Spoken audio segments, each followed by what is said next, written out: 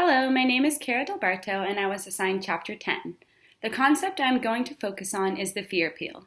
The fear appeal is a persuasive communication that tries to scare people into changing their attitudes by conjuring up negative consequences that will occur if they do not comply with the message recommendations. I have seen many different fear appeals in action, but one that made a real impression on me was an event called Shattered Dreams that my high school put on for all the students. I will apply the concept of a fear appeal to the Shattered Dreams event to better frame, evaluate, and analyze the experience.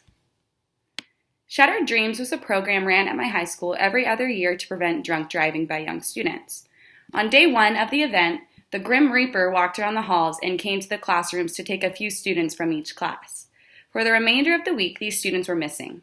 On the last day of the week, the entire student body was shown a video of the students who went missing, having a big house party. It appeared they were having tons of fun and drinking a lot of alcohol, playing beer pong, taking shots, listening to loud music, and stumbling around clearly intoxicated. Suddenly, a group of students decided to leave the scene and went to get in their car. That was the end of the video. We were then walked outside to the front of our campus where police sirens were whining. We heard people screaming and crying louder as we approached the scene. The closer we got, we saw it. The car they all got into in the video was upside down and mutilated. Our friends were lying on the ground, covered in blood, not moving. The vehicle was still on fire, and pieces were all over the place. Fire trucks came zooming down the road to the scene, and they even had a helicopter come and airlift the severely injured person to the nearest hospital. It was all very real. Some of my classmates cried at the scene. Everyone else was dead silent. I remember watching it myself and thinking, this could happen to me. This is so real.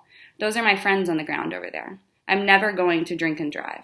Someone got up on a podium nearby and told the statistics of how common this occurrence is and how likely it is to happen to us. Now that I have discussed the experience, I will make some inferences. There was certainly an induced feeling of fear about the idea of drinking and driving after watching this event. The book defines fear as a serious and personally relevant threat, and due to how surreal the Shattered Dreams event was, it all felt very relevant. Many students had the unrealistic illusion of invulnerability and believed that life's misfortune would not befall them. They harbored this illusion because they maintained a stereotype of the typical victim of negative events while maintaining the idea that they did not fit the mold.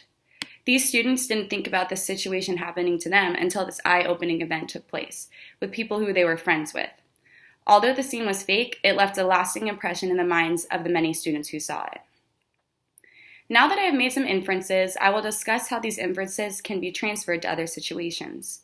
I once saw an experiment on the negative effects of smoking tobacco. The objective of the presentation was to get people to stop smoking or never smoke at all.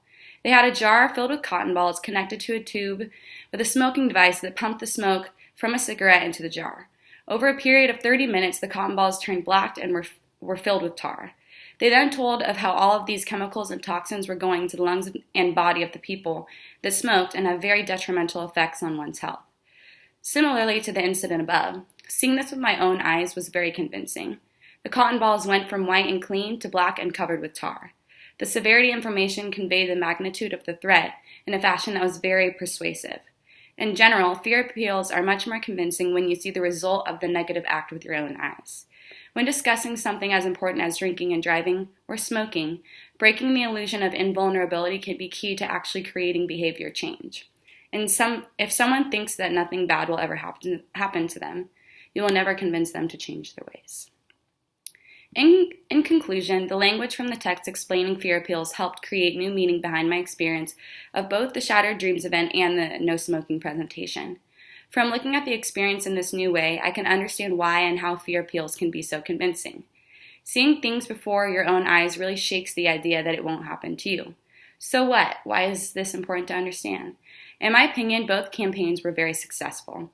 I believe these worked because the people saw the devastation for their own eyes. It made it very apparent how severe the results can be. After the Shattered Dreams event, many people started making better decisions for their safety. I saw people that would always leave the parties intoxicated, either lessen how much they drank or stay the night at the party and sleep until they were ready to drive. This wasn't happening nearly as much, if at all, before. It will be important to take the framing of these campaigns into consideration if I ever make fear appeals in the future.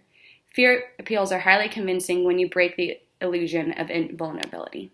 Thanks for listening.